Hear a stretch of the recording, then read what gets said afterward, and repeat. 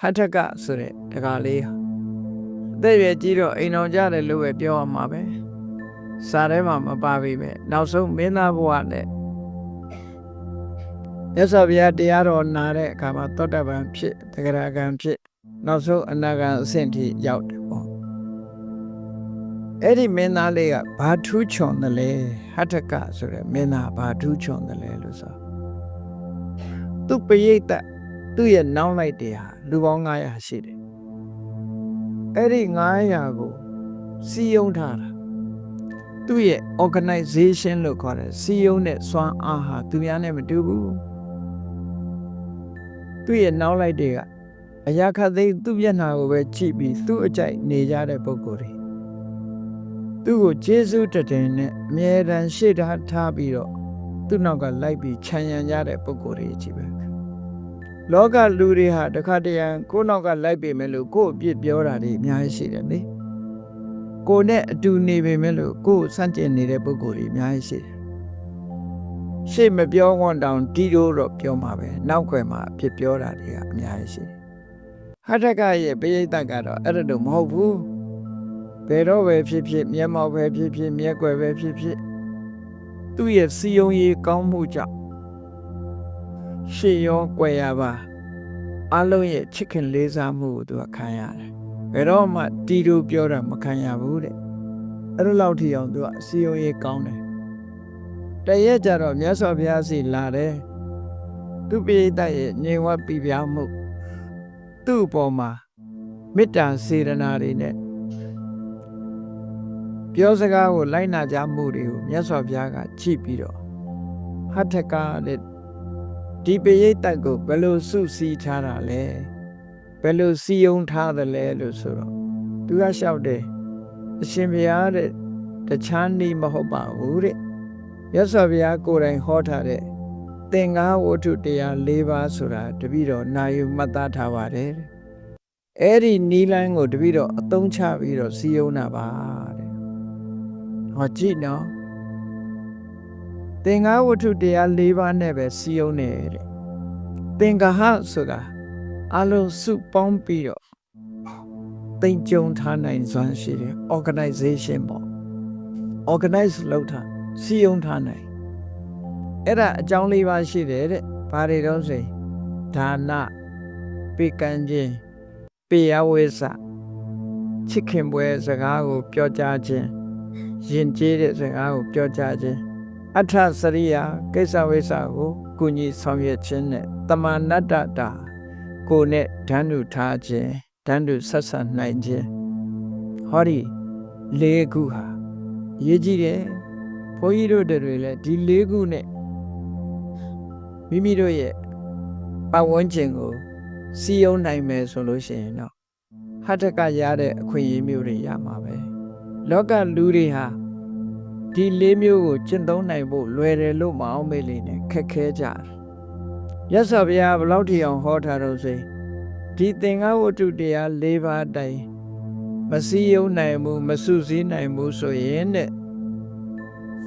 မိဘပဲဖြစ်စေသားသမီးစီကအကျိုးခံစားရမှာမဟုတ်ဘူးလို့တောင်ဒီလိုဟောထားတယ်အဲ့တော့မိသားစုစီစီလုံးလုံးနဲ့ကြည်ကြည်နက်နက်ကြီးဖြစ်နေဖို့ဆိုတာတန်ရောစဉ်နဲ့စီယုံရမှာမဟုတ်ဘူးတန်ရောစဉ်ဆိုတာဟာဒီတွေ့တာမှုတစ်ခုတည်းတန်ရောစဉ်ခေါ်တာမဟုတ်ဘူးမုန်းတိမှုကလည်းတန်ရောစဉ်ပဲ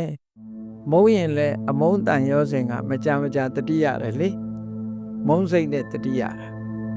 တွေ့တာစိတ်နဲ့တတိရတာရှိတယ်လို့မုန်းစိတ်နဲ့လည်းတတိရတာပဲလူတွေမှာအဲ့ဒါကြောင့်မို့တန်ရောစဉ်နဲ့စီယုံတာမမှန်ဘူးဘာနဲ့စီယုံရမလဲအခု၄ချက်နဲ့စီယုံရမယ်ပေးကမ်းတယ်ကုညီပေးကမ်းတယ်စကားပြောတဲ့အခါချိုချိုသားသားပြောတယ်သူကိစ္စရှိရင်ဝိုင်းဝန်းဆောင်ရွက်ပေးတယ်ကိုနဲ့ဓာတ်တူထားပြီးတော့ဆက်ဆက်နေဆိုတဲ့ဒီ၄ခုကိုအသုံးချပြီးတော့သူစီယုံတယ်ဟထကမြတ်စွာဘုရားလျှောက်ပုံကိုကြည့်တပည့်တော်ကတဲ့လူရဲ့အကြောင်းကိုတပည့်တော်အကဲခတ်တယ်ဒီပုဂ္ဂိုလ်အဖြစ်ဒီလူအဖြစ်ပေးတာကမ်းတာကိုကြိုက်တဲ့ပုဂ္ဂိုလ်ဆိုလို့ရှိရင်ပေးကမ်းပြီးတော့စီယုံတယ်လူတိုင်းကပေးယုံနဲ့အောင်မြင်တာမဟုတ်ဘူးလေတ လူကိုကြည့်ရသေးတယ်ဒီပုဂ္ဂိုလ်ကပေးတာကမ်းတာကိုသဘောကျတယ်ဆိုရင်အဲ့ဒီပုဂ္ဂိုလ်ကိုပေးကမ်းခြင်းဖြင့်စီယုံတယ်တချို့ကပေးယုံနဲ့သဘောမကျဘူး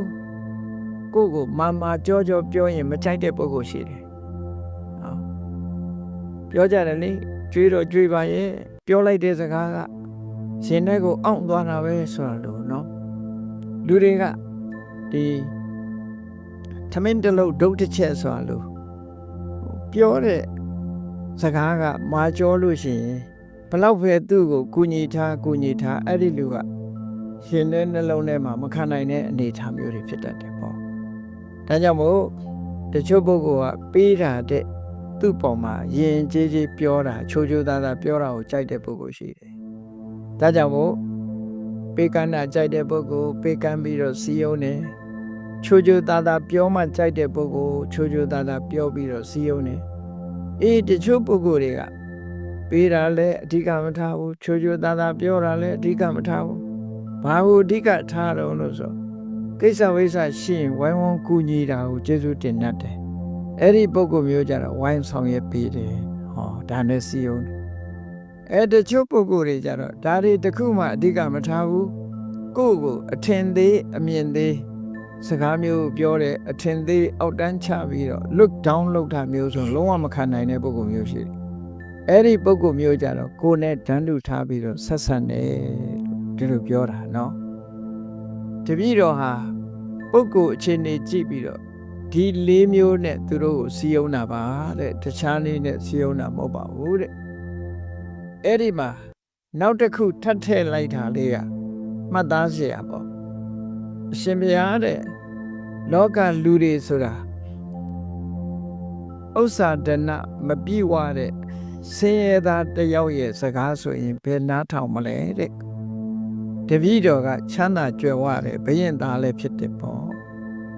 ချမ်းသာကြွယ်ဝတဲ့လူပတ်စံချမ်းသာတဲ့လူရဲ့စကားဆိုအတော်ရောဟာတွေကနားထောင်ပြီးသားဖြစ်နေတယ်ပေါ့ဒီလိုဆိုလိုတာနော်အဲ့တော့ချမ်းသာကြွယ်ဝမှုဆိုတာလည်းပဲစီယုံရေးအတွက်အောင်မြင်မှုတစ်ခုပဲသူပြောတဲ့စကားတော့အဲ့ဒါဆင်းရဲတဲ့လူရဲ့စကားကိုဘယ်နားလောက်ဘယ်မှာနားထောင်ကြမလဲတဲ့တပည့်တော်ကချမ်းသာတယ်ကျွေးနိုင်တယ်မွေးနိုင်တယ်ဆိုတပည့်တော်စကားတီးတာပေါ့လို့ဆို